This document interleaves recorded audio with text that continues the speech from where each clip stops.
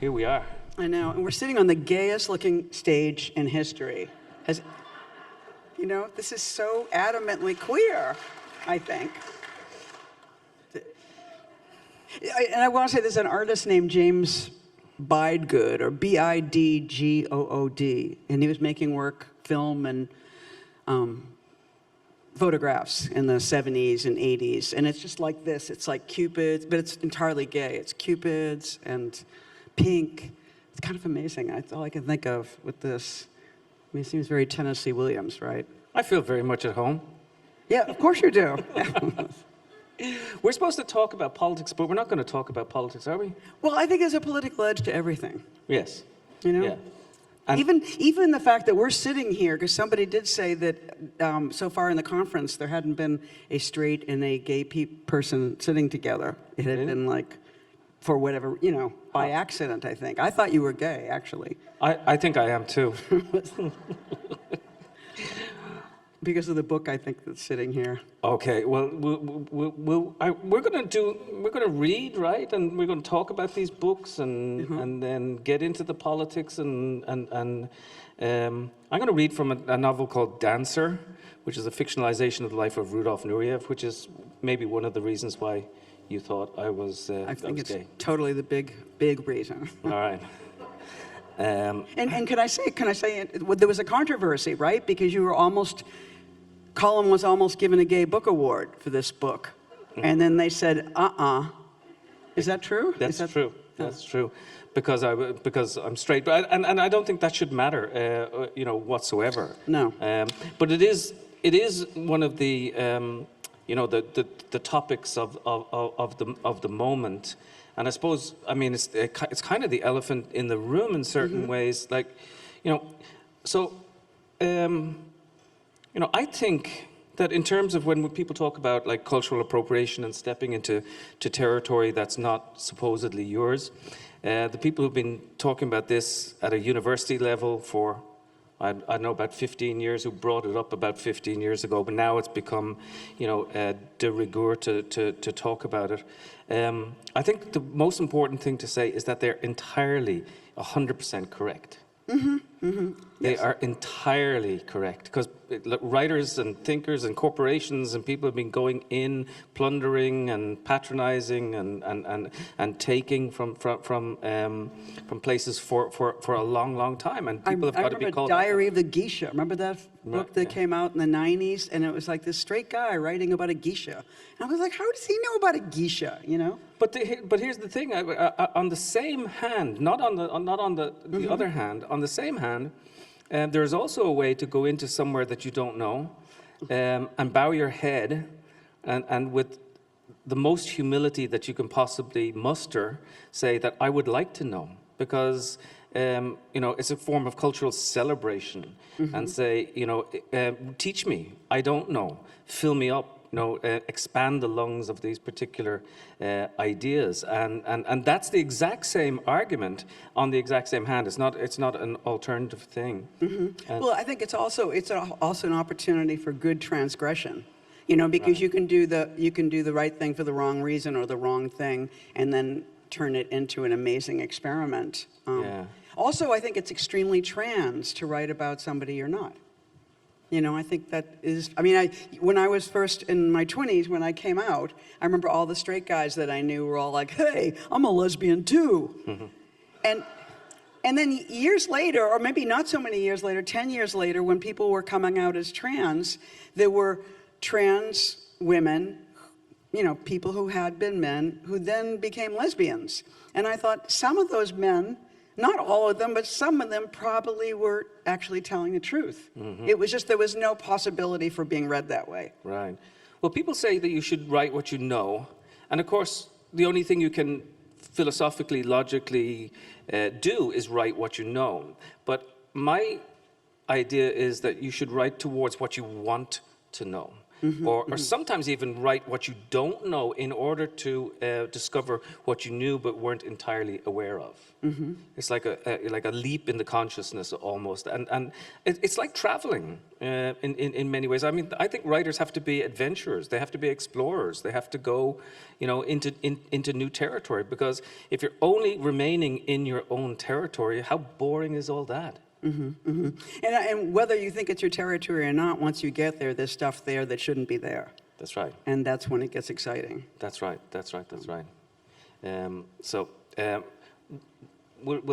Who's going to read first? I think we thought it was you. Okay. Darn it. Were you ready? Well, I just want to tell you where this book came from then, yeah? So I had written a little book about Northern Ireland called Everything in This Country Must. And so Northern Ireland is my sort of territory. My mum comes from Northern Ireland. I spent my summers there as a child. It's a small little, it's a short story actually, and in a novella and stories. And I was looking around for territory to get out again, to get out into the world, to be, I was looking for a big sort of international novel. And I was in a bar in Brooklyn with a friend of mine, and he was telling me a story about how he had grown up in Dublin at the same time as me. So this was, he was 9 years old, it was the early 1970s. But he grew up completely differently to me. I grew up middle class, sort of suburban. My father was a journalist. His father, I don't know actually what his father did, but his father was very abusive. And his father would come home and sort of beat Jimmy around the place. But one night in 1974, just before the World Cup was due to go on, Jimmy's father came home sober, carrying a television set. And Jimmy was like, this was an amazing thing in the flats of Dublin at this particular stage, the projects. And loads of kids came in to see what was going to be on the television, and they put on the rabbit ears, and they couldn't get a reception. And that night, Jimmy said he got the worst beating of his life, the thing that he would never, ever, ever forget. Now, I'm haunted by this story as he's telling me it. So the next day, he went to school, and he heard that he should take the TV out onto the balcony of the flat. So he went, he got an extension cord. He actually stole an extension cord, brought it out onto the balcony of the flats, and the very first image that came on the TV was Rudolf Nuriyev dancing. And I thought, oh, how extraordinary is that? This, 9-year-old Dublin boy, carrying Rudolf Nuriyev in his arms. And he fell in love with Rudolf Nuriyev and had an obsession with him for the rest of his life. But it was also a story about Dublin. There's also a story about fathers. But the thing that was most poignant for me is that, you know what? This would never make it into a Rudolf Nureyev biography. And why not? It's such a gorgeous Rudolf Nureyev story. But biography or history is somehow official. But what happens then when fiction gets into the small, more anonymous corners of human experience? Could you tell that story and sort of also accidentally tell the story of the life of Rudolf Nureyev? And as most of you know, Rudolf Nureyev was an extraordinary, character, one of the world's greatest dancers. 6 years in a row, voted by Cosmopolitan, the world's sexiest man, after Arlo, by the way. And a great dancer, defected from Russia, lived this flamboyant lifestyle, was sort of creative, but also like there was deep politics in there too, and also then in the gay world, he was one of the great icons, and of course he died of AIDS in the 1980s. And I just thought, what an incredible story that is. A truly, truly incredible story. So I went, and I, first of all, I'm not Russian, and secondly, I can't dance, and thirdly, I'm not gay, and all of these things that were supposedly strikes against me, but I still wanted to sort of engage with that world. And whether or not I got it right is not up to me, but up to the readers. But I'm going to read one of Okay, there's a 40-page section in here. That's one. Oh, you didn't tell me that, Mark. I mean, I promise you I'm only going to do the first page and a half.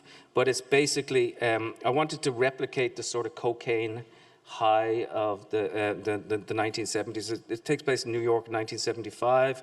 It follows a character who's called Victor Perici in the story, but was based on Victor Hugo, who was the guy who was one of the models for Andy Warhol's Cock paintings.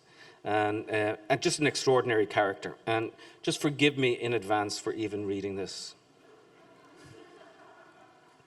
New York, 1975. It is one of those heartless streets you find in parts of the city where the light is still tense with yesterday's darkness, and even in a late afternoon it already feels like curfew, and the spent trash of the day goes skidding along, and the pigeons sit grey on the chain-link fences, and the traffic is stalled and fume-blowing, and the storefronts are dark and shadowy with filth and grime. 11th Street and C, Lower East, all smack and suicide, but Victor breaks it simply by moving down the sidewalk, making walking into a sort of dancing, beginning in the shoulders with a symmetrical roll that not even the blacks have perfected, one oblong shrug of a shoulder, and then the other, as if connected by synaptical cogs, first the left and then the right, but not just the shoulders. The roll moves down into his chest, into his rib cage, through the rest of his body, down to his toes. God made me short so I could blow basketball players without ruining my knees. Then up again to rest for a moment in his hips. Nothing flagrant, no need to bring attention. The walk alone pays homage to his crotch. So if you're sitting on a brownstone stoop, high or hungover or both, you look up through the shit and the grime and the 1,000 other everyday torments too deep to mention, and you see Victor coming along, looking like he's the first man ever to whistle, in his tight black pants and his neon orange shirt, his black hair swept back, his teeth white underneath his dark mustache, and his body in a role that isn't jazz or funk or foxtrot or disco. It's just pure Victor from head to toe, an art he must have managed since birth, laughing as he walks, a chuckle that rises high and ends low, a Victor laugh on impulse, like his own body has just told him a little joke about himself. And the whole day slips away from you while you watch him.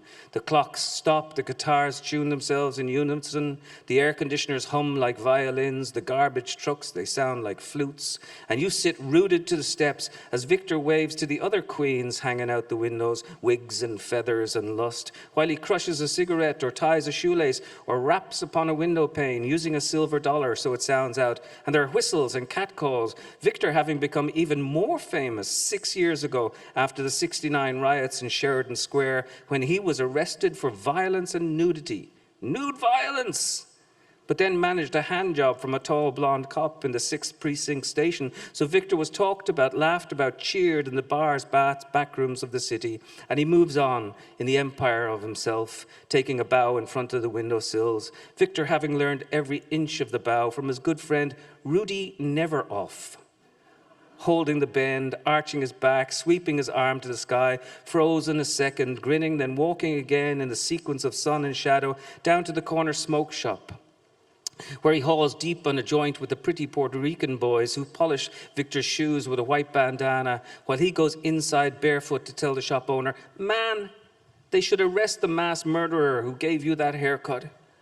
His own hair so thick and slick it shines under the shop neon, buying himself a packet of Lucky Strikes. His whole life a string of Lucky Strikes, from the streets of Caracas to the cockcrow of the New World, beginning as a carpenter, then a waiter, then a hustler, then a house painter, and after Stonewall, an interior designer.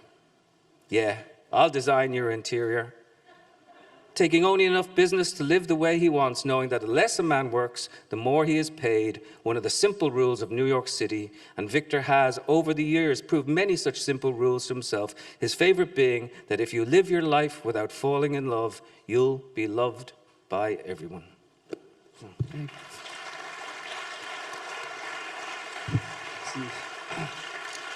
Oh, thank you very much. That was a dance scene. It's a big sort of crazy 40-page thing where you just follow Victor for the night, and he's a good friend of Rudolf Nuriyev's, and they both go down together to the bathhouses later on, and you know, to research that, it was Did you live in New York at the time? I lived in New York, but not at that time. I was 9 years old at that stage. I was in the west of Ireland, and they didn't have many characters like Victor in the west of Ireland, not at that stage anyway. But I did a lot of research, I did a lot of reading. A lot of this stuff is about going into libraries and then talking to people. I interviewed dozens of people who were around in New York in the 1970s. My friend Colum, the novelist, helped me out. He introduced me to people. He read it for me. One of the things that you have to do is show this stuff to people before it gets published, and they can call you out on some of the things that you might be getting wrong, and you just attempt to get it as right as possible.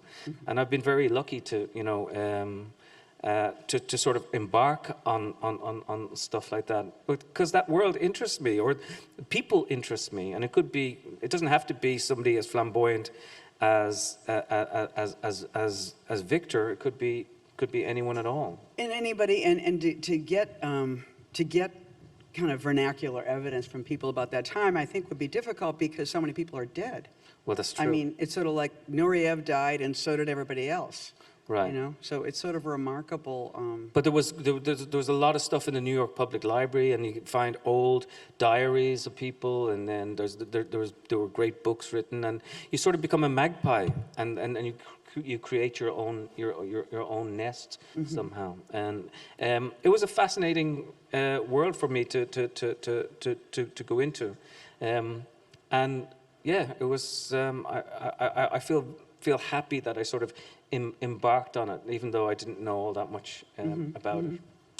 So, and you were in New York. I 1975. moved to New York in '74, so it was the second year I lived in New York. I was 25. Right.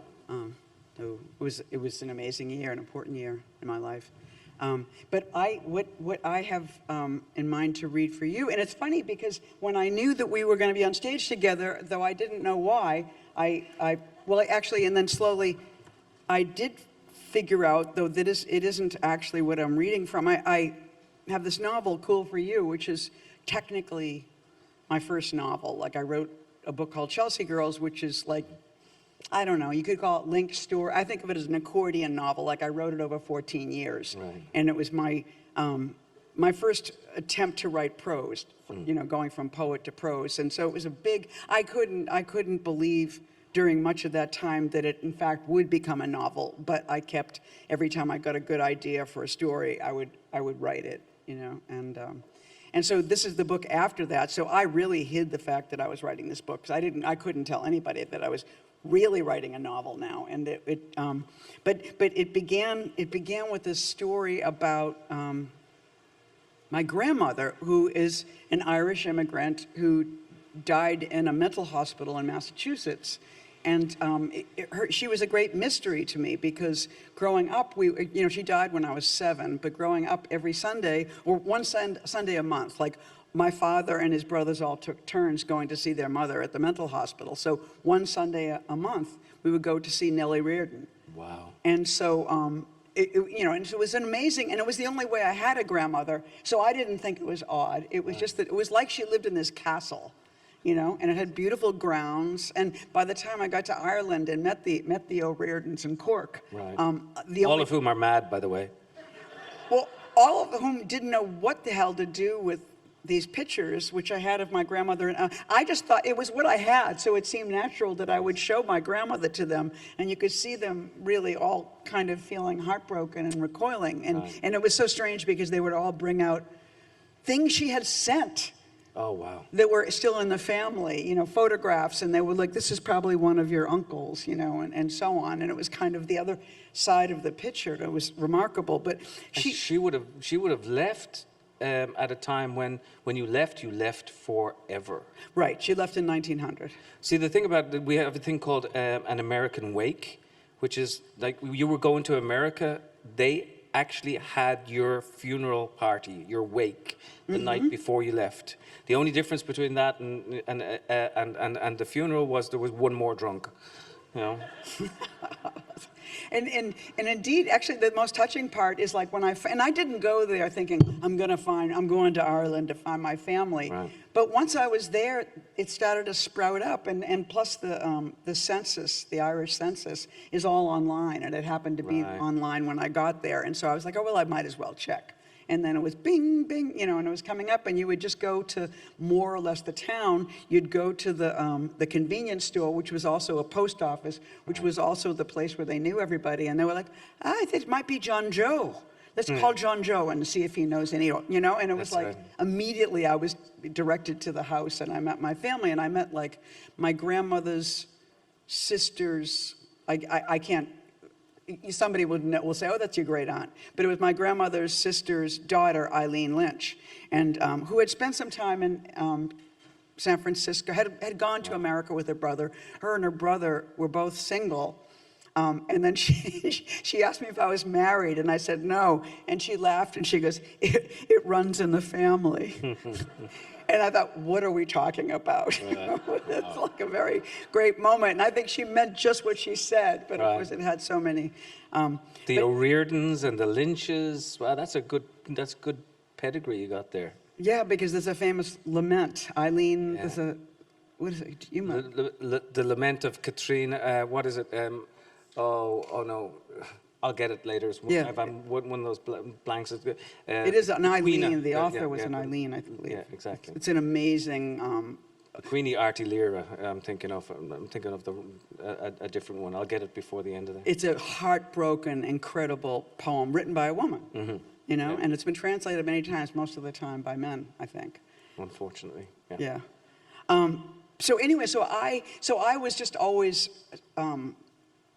Obsessed with my grandmother, and it was weird too because I think she had this kind of mumbling kind of way of talking, and part of it was mental illness, and part of it was being Irish and being an immigrant from that time. And it wasn't until I went to Ireland and I was at a certain kind of meeting I think in Cork, where people from all over Ireland were there, and they had all these different accents, and I had this lurch, like an out-of-the-body lurch, and I realized, like when I was a child, my family was in a town called Somerville in Massachusetts, and everybody was an immigrant. There was May, and there was Pat, and they were from all over, but I didn't understand they were all over Ireland. When you're a child, there's just this one thing called Ireland, and they all talk different, but I figured that's the way May talks, and that's the way Pat talks. And when I heard people talking in this meeting, and I went over to the person, I said, where are you from? And he goes, Kerry, and I thought, oh my God, she had a Kerry. It was like that part of Cork that was near Kerry, and it was like I heard my grandmother's voice, and I just almost went out of my body. It was so kind of moving and special, and really understanding how little you understood about language and immigration as a child. So she was the great mystery, and I did research, and I did finally find out what happened to my grandmother, and so that's kind of the heart of this book. And I think I wanted to be on the stage with you and me too, have this, and I will, give you this. But it is not what I want to read. I would like to read a moment, like from the same more or less approximate childhood. I think of childhood as a kind of a launching pad. And what I loved about the story that you told was the fact that you got to Nuriyev through Ireland and a television set and all these different kinds of transport.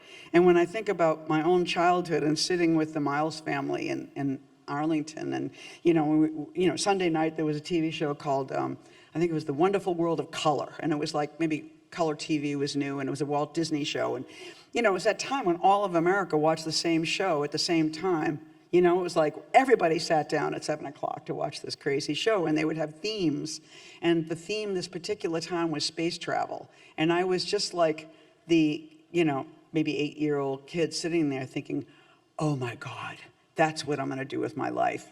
And I just never let go of the idea of being an astronaut until I was, 20 or 21. I just thought, that's what I'm doing. I'm going to space. That's the plan. And I do think being a poet is a strange spin on that. That's great. That you are kind of, you're sort of, and also I think as we travel, we go to landscapes all over the planet. You can find them that look like, I've been to Iceland, I've been to White Sands at full moon. You can go to other, unearthly looking places on this planet and kind of make, and in fact, I think people for the moon landing researched in the kind of desert in the middle of Iceland. Oh, yeah? They did all the rehearsals there because it was more or less the same There are landscape. places in Idaho as well that just look like they are lunar landscapes. It's really incredible.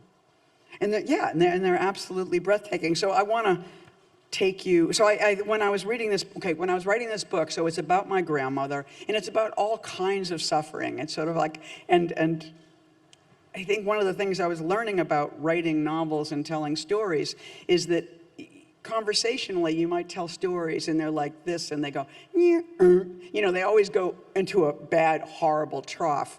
But if you line all those stories up, nobody wants to read that book. Mm-hmm. It's just like it can't go to shit all the time, And then it's also, and how would you bear being alive if that was the tenor of your existence? So I wrote I wrote most of the book, and there was a narrative in the middle that completely it was about being a writer, and I just took that out.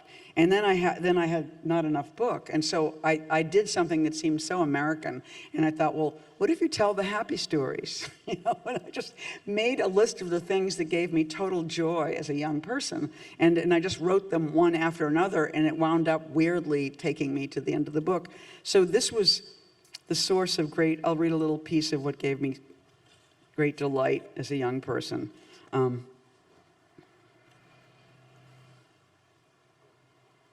And I'll skip a bit. But I want to talk about Mars, where my family came from. I wanted to roll in its warm red sands like a dog. I wasn't sure I believed in the canals. I was aware of the theories of Schiaparelli, but 47 million miles away, the eyes can deceive. I love the portraits of the lonely men who had charted outer space for us. Tycho Brahe with his funny hat, his arms folded across his chest. Behind him, the incredibly huge telescope in his medieval planetarium. Alone in his castle, he conceived of outer space. I could never decide if I wanted to look or go. Obviously, the astronomers were the lookers, and I was a looker too. It was such a gorgeous dream, the universe whirling around. Purple little Venus with her gassy climate and strange reptiles slithering through the planet-wide swamp that textured this cloudy planet, smelling so strongly of ammonia. I wanted to smell it, to be there too, to lie on a hot rock covered in seaweed, wearing the necessary gas mask. Oh, to look back at the monstrous gleaming face of the sun from only 10 million miles away. Venus is music. That's the feeling I always had. In that swampy goo of early civilization dawning, a low moan vibrates, a tiny ooh emanating from the particular combination of vapors and plankton and plain old heat. Sometimes it seemed possible that the sound created the planet, those steamy conditions, rather than the other way around. I bet you never heard of Vulcan. That was my favorite thing. An early Polish astronomer, Pieszczynkiewicz, sighted a tiny, tiny planet, not an asteroid, but a planet, a sphere, fulfilling all the elliptical characteristics of planetary solar revolutions. And it was even closer than Mercury to the sun. I never cared much about Mercury, but Vulcan was of particular interest to me because this one scientist had spotted it, and then there were a smattering of other reports during the mid-17th century of a teeny orange planet going around and around. There are no 20th century sightings of Vulcan, none at all. Mainly, it's the 17th century that harbored the Baroque notion that if you think Mercury's hot, we've got something even smaller, faster, and hotter for you. This clanging, fierce-armed god of liquid fire. For me, this planet practically had ears. It was the devil. It was something really wild. Because I suspected I was the only 20th century enthusiast of this planet, I treasured this spot in the solar system, even if it was now blank. What could have happened to my little planet? Tumbled into the inferno of our solar system, just fell off its axis or something, cracked down the middle from the heat of the sun, and maybe 2 pieces of Vulcan broke into 4, then 16. Perhaps a huge lick of the sun's tongue picked up poor Vulcan and flung him into the orbit of another planet. Not exactly, but maybe in the neighborhood of Jupiter and Mars, becoming those not very interesting pieces of space dust, the asteroids. I pulled a number 2 pencil off my night table, and I did something I never do. See, I have a total reverence for books. Maybe once on a library book, I got really nervous. I think I went crazy. You're not supposed to get a library book dirty in any way, so I took a ballpoint pen and I scribbled like crazy, and then I closed it instantly, feeling sick. Then I repaired it thoughtfully. I got a very soft eraser and gently went over the spot, rubbing. I got most of it out, and then it was due. I slid it onto the librarian's desk with a sense that this could be the end of my membership to my favorite place in the world, the best smelling, the most private, the most exciting. I have to tell you, there's something about the library that always made me so happy, I had to take a tremendous dump. Sometimes I had to run home if some other kid was in there. I looked around, and everywhere I could see there were more books. They would never run out, and it was free, and it was quiet, and I belonged. Smash! I threw my book down and ran to the toilet. All right.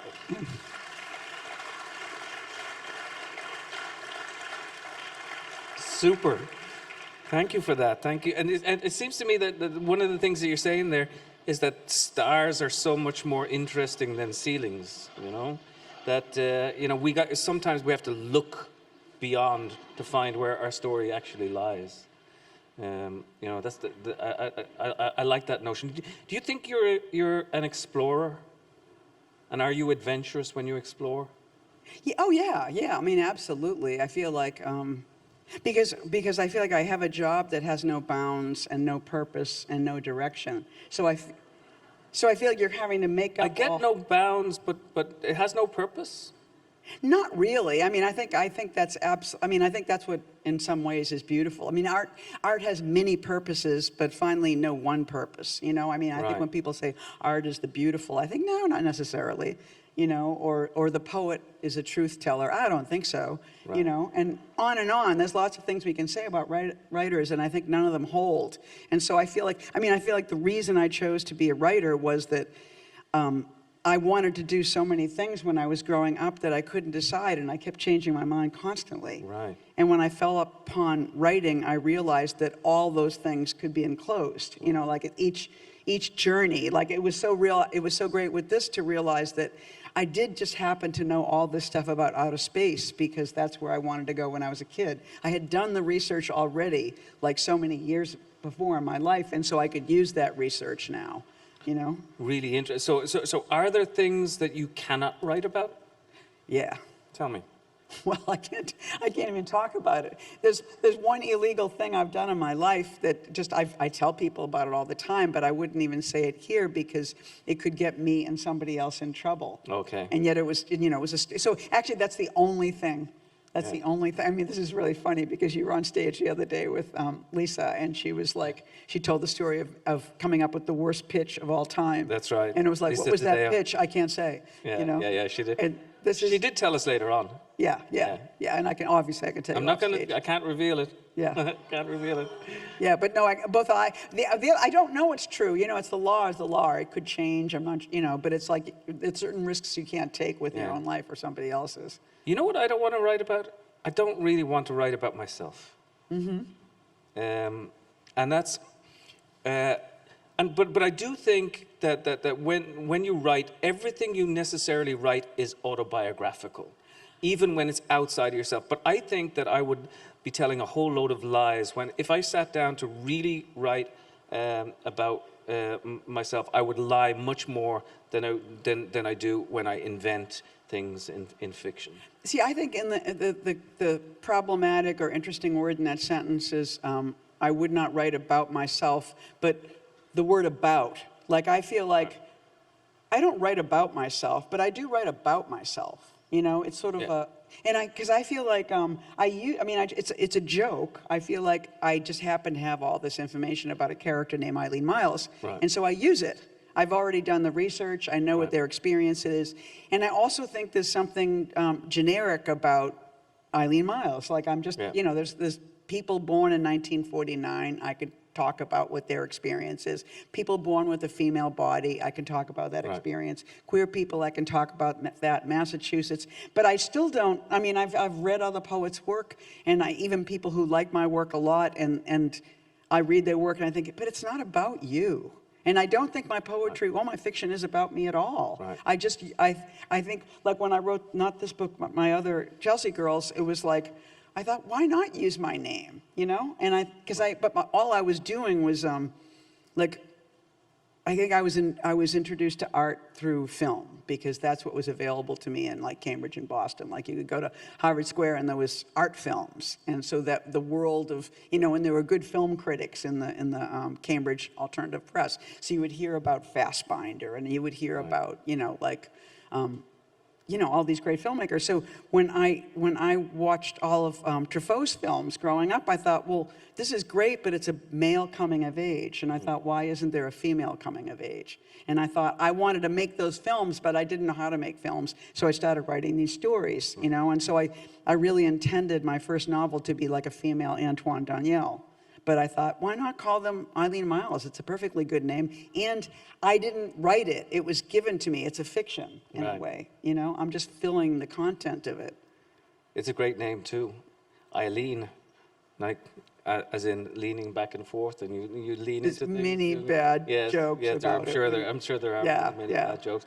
Mine is bad too, because you can call them whatever you want. You know?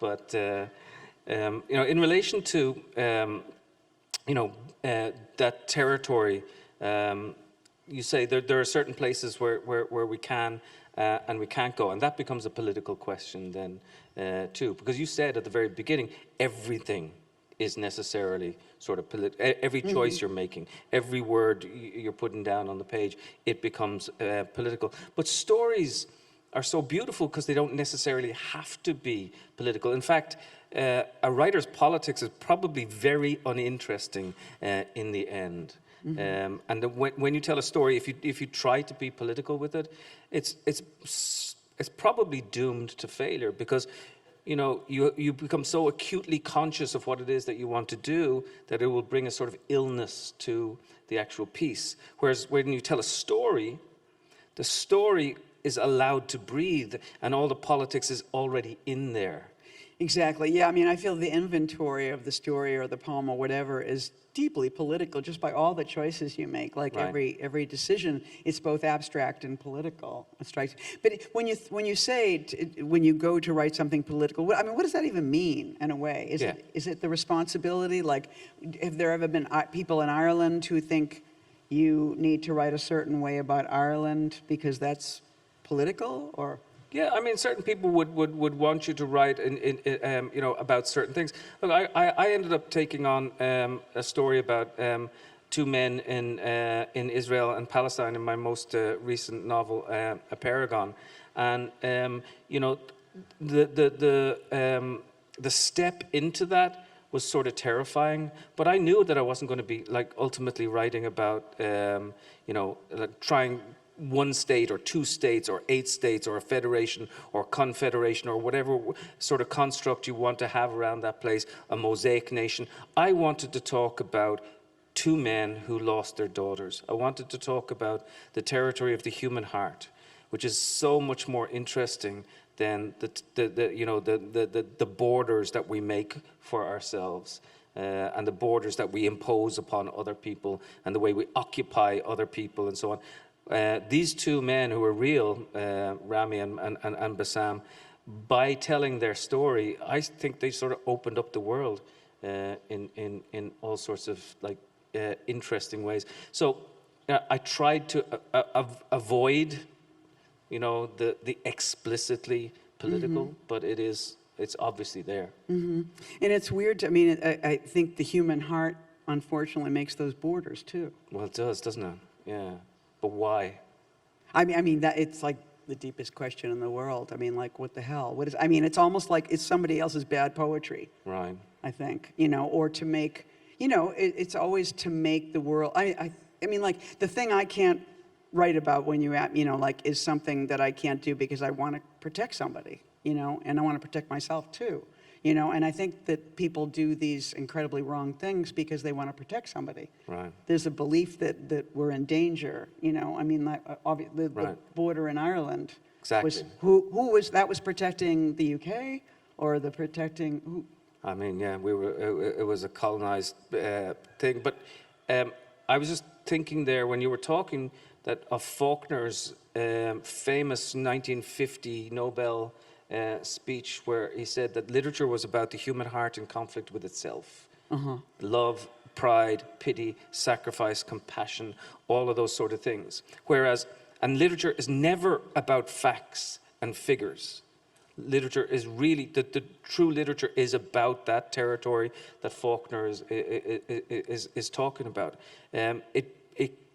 I suppose literature gets diseased sometimes with facts and figures, and that's where. But when somebody writes a beautiful story or a beautiful poem, and your heart is just blown wide open, that's when the really good stuff happens. I mean, it's funny, when you say the human heart, I'm always like, it's always kind of You got the sentiment. Yeah, but the part of the heart that I like is the beat.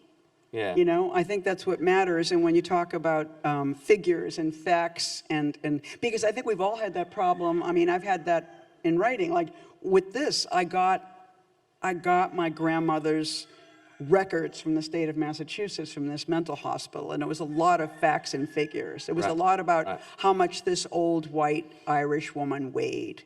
It was just like, and there were all the weird ways that you would talk about women and bodies and immigrancy in 1940, you know, and it was crazy, but it was just like information. I mean, there were some stories in there. In fact, there were more stories about my family than I ever got from my family, which was shocking. Amazing. You know, because it was kind of a photograph of who brought her in, what my dad looked like at 23. It was crazy. But mostly it was a lot of numbers and figures. And the thing that was interesting is that I've discovered this many times, is like, how do you turn that into literature? Right. And I felt like, for me, it's reading it over and over and over and over again until I find a rhythm. Right. And then the rhythm repeats and drops things and returns and starts to produce something that for me is like poetry, but in this case it's in prose. Yeah. And it just starts to be ecstatic, and it starts to have heart, and it starts to be alive, because the records from the state of Massachusetts were not. Yeah.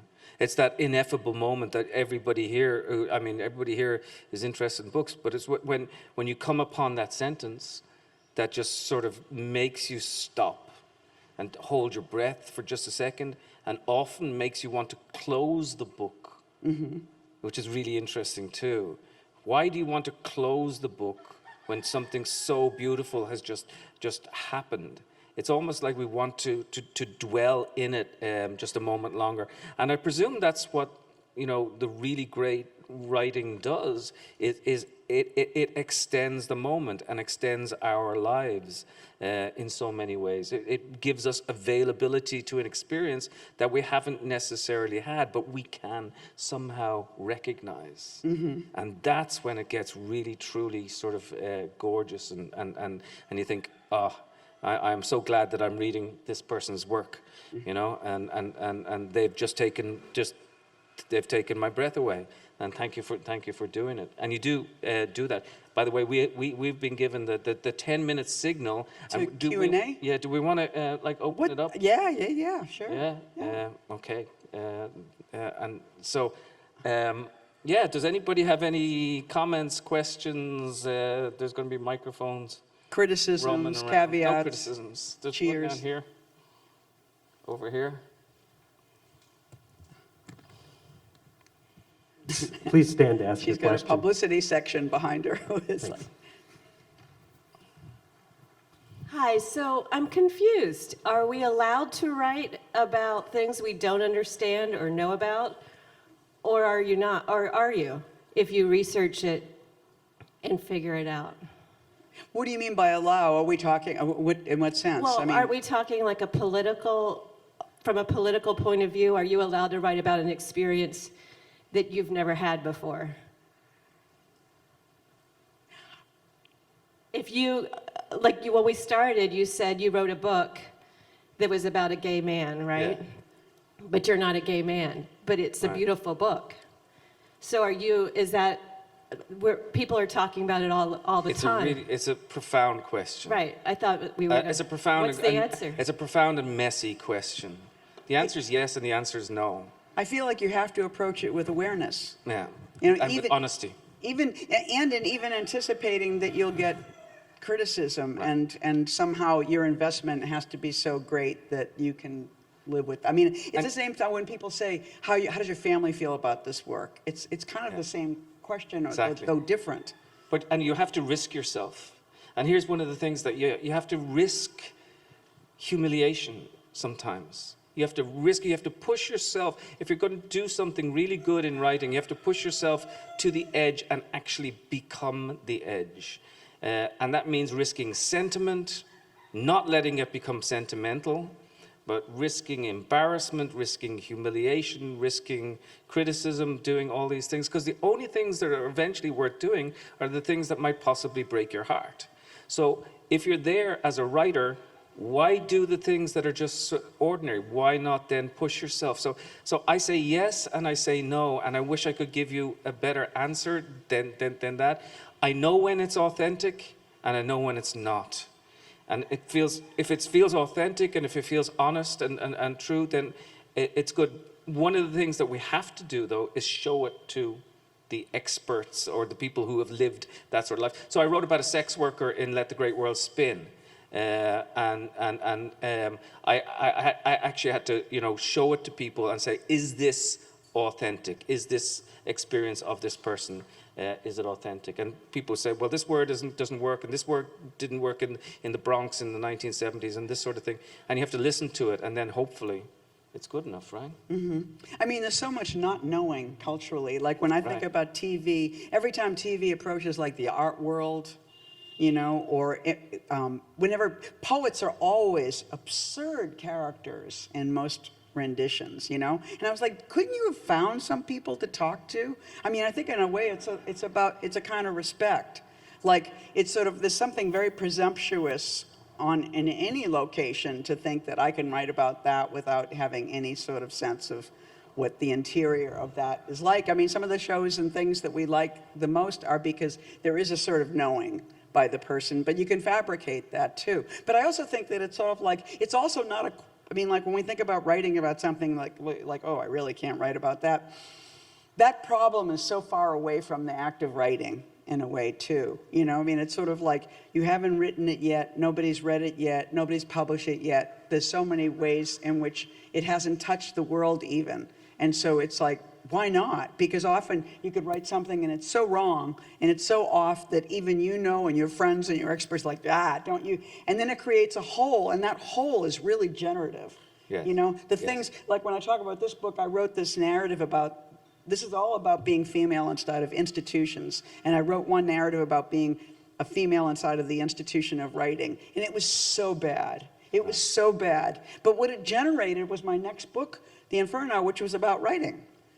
So it's kind of, to go ahead and do wrong is a great thing.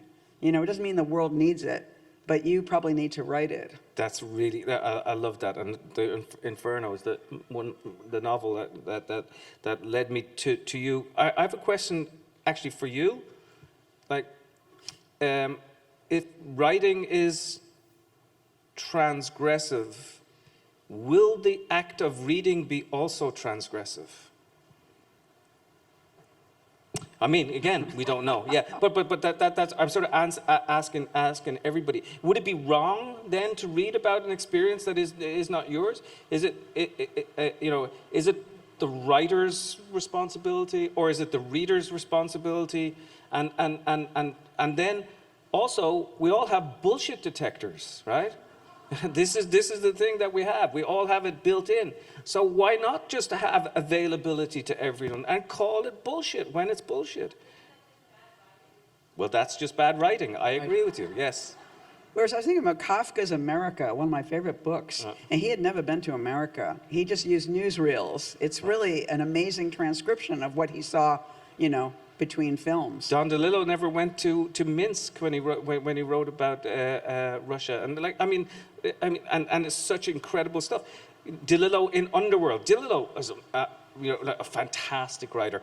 But in Underworld, he writes about like graffiti artists in the subway tunnels and so on. And I had spent some time in the subway tunnels, and and he got it entirely right. And I talked to him about it afterwards. I said, Don, where did you get all that stuff about the subway tunnels? He said, 42nd Street, New York Public Library, you know? And this is another thing. We're talking a little bit about libraries. I mean, you go to the library. Libraries preserve democracy because they preserve stories and they preserve storytelling. And God bless those people who are still looking after the libraries. I mean, it's really, really, really important. Yeah. And Google is not enough. Google is not in itself a library. We have time for one more. And I think if we need libraries and we need homeless shelters because they've become confused, Yeah. you know, and it's become a library problem that people who don't have homes Right. are in there, you know, and it's like they need homes. We need homes and libraries. Right. Excuse me, Colin, I've got a little laryngitis, but I've got three questions. One, how long did it take you to write the book? Second is, what was the hardest part of the book that you made a breakthrough in and why? And third, is not part of the purpose of a novel to be able to create the interior thinking and insights of the character so the reader will feel part of the story? Right. I want to say, in answer to the third part, no. That's the answer. Please, why no? I mean, I just thought, again, the idea that there's a single purpose for a novel just violates everything I feel about writing and life, you know. I mean, a novel could just be a crazy inventory of that grassy hill, you know. I mean, I think a novel could do any, I mean, I love that the thought that, like, you could show somebody something and they were like, how is that a novel? And I was like, because I said so, you know. Right. No, I agree with that. And you know, I think the purpose of good literature or poetry, novels, whatever, journalism, is to not to tell people how to think, but to allow them to make up their own mind. So they walk into the landscape and they are the ones who make up their own mind. It's almost like, you know, in many ways, I see myself as a language camera, you know, and I go into somewhere and I'm the camera and I want to do this.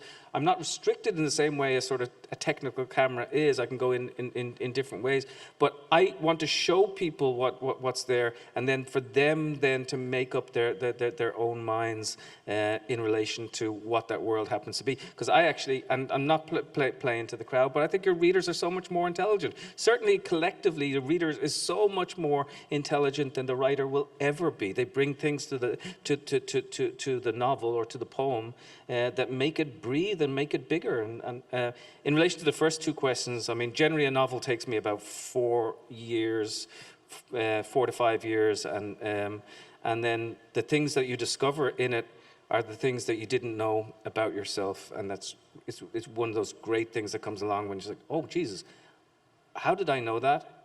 That's wild and weird. Do you know those moments when you're writing and you think, that's me? You know, how did I get there?